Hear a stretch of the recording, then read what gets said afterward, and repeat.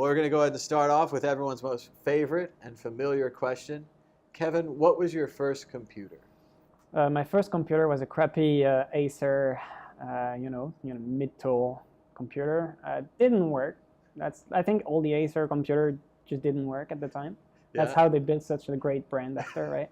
It's so affordable. People still hate it. So yeah, it was shit. Didn't work. It was in '99, so I was still a kid, and I wanted to play video games, and it didn't work. And then I discovered graphic cards and shit like that, and yeah, starting to play around with the inside of this horrendous computer. So it didn't work, but it drew you into the inside. Did you try changing out the RAM, changing out the processor, the graphics card? Was it the motherboard? That's the thing, because like when you're a kid and you really want to play a video game, and the thing doesn't work, you're not giving up. You're like, no. I am going to make it work. So yeah, it changed about everything, like absolutely everything.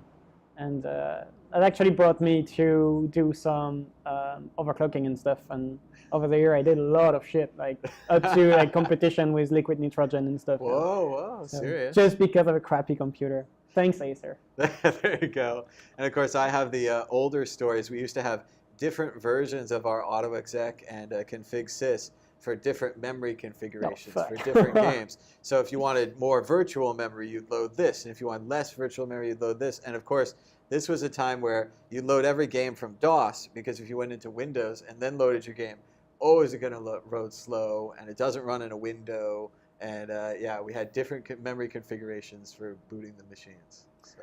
Yeah, for me it was like Age of Empires 2 already, so you know, it was like amazing graphics.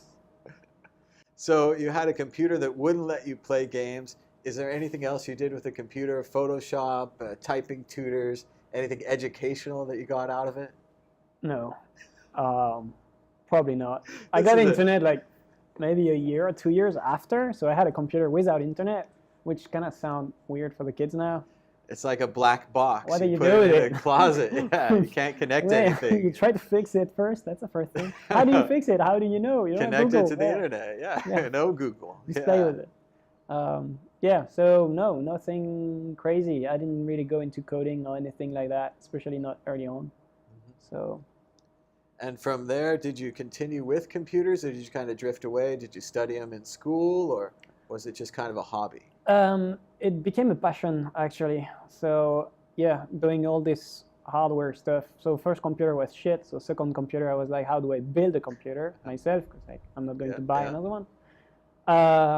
And that was the amazing time of the Athlon CPU. I don't know if you remember them, but the first ones were amazing because you could actually overclock them with a pencil. So you had on the CPU, so they were disabling or changing the price of the CPU by just disabling or slowing it down. Sure. But you still had the copper thing that you could link together to overclock it manually with just some carbon things. That was fun. And my parents thought I was crazy. I was like, hey, I'm gonna make it twice as fast with this pen. And I'm like, what the fuck? And it actually works, you know. So I couldn't believe it when they were selling the same exact chip, or I even heard for hard drives, the same kind of thing. They were putting a limiter on it, and it was the same hard drive. And I was like, why are they doing this? Why don't they just give me a bigger hard drive? I'd be happier, they'd be happier. But they needed a brand. They needed a line of small, medium, and large. And if they couldn't have one, they would artificially create one. Yeah, so that's, that became a passion, and I really loved playing with computers.